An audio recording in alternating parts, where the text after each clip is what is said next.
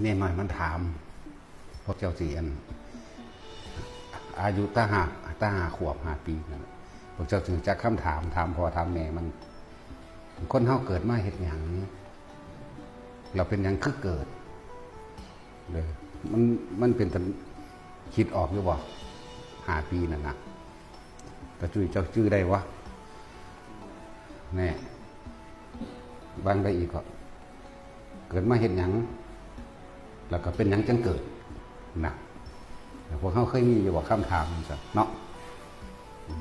หลวงพ่อสิตอบให้เกิดมาเพราะความบ่รู้สำหรับคนที่บ่รู้สำหรับคนที่บ่ได้ทำคือเกิดมาหากินซ้ำตายตายแล้วก็ไปเกิดไม่อีกแต่ว่าส่วนมากไปเกิดในอบายภูมินั่นแหละคนบ่รู้เกิดมาเพราะความบ่รู้แล้วเป็นยังจังเกิดเพราะความเห็นแก่ตัวจึงเกิดแล้วยังสั้นแล้วคนเฮาเกิดมาเห็ดหยังเกิดมาให้กินซ้ำตายเป็นยังจังเกิดเพราะความเห็นแก่ตัวก็คือความบ่รู้นั่นแหละยังว่ามันมีถามแม่มันตัวแม่มันก็สิจักหยังเนาะตัดสินผู้โบพระเวอีหาน่ะก็เลยด่าแม่มันอีกคือสั่นแหละตอบลูกได้สำบ่ล่ะบ่ได้นั่นแหละภูมิจิตภูมิธรรมคนเฮามันต่างกันมันมีมาแตะเก่าหุ่นมันโนแมนมัน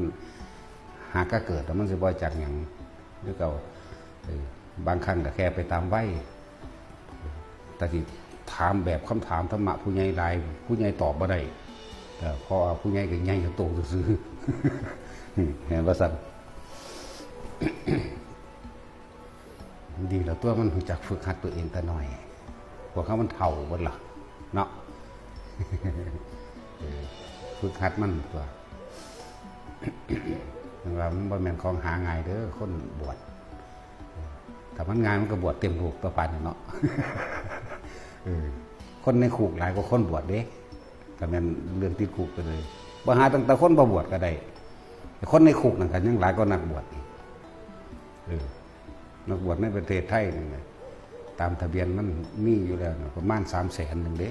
แต่คนติดคุกเท่าใดล้านเอาเทียบกันได้บ่ล่ะสั่นครับ